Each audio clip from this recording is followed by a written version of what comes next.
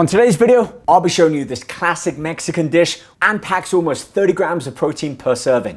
Now, I'm 5'10", about 170 pounds, so my daily calorie intake I've calculated for maintenance is around 2,800 calories with approximately a 40-40-20 split. What that means is 40% of those calories comes from protein, 40% comes from carbohydrates, so equal protein and carbs, and the remaining 20% come from fats.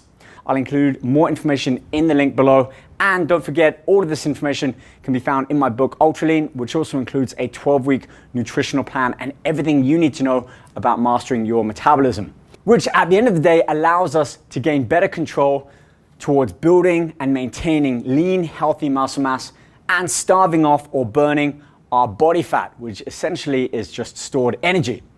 Okay, with that being said, let's get started on our first recipe of the day.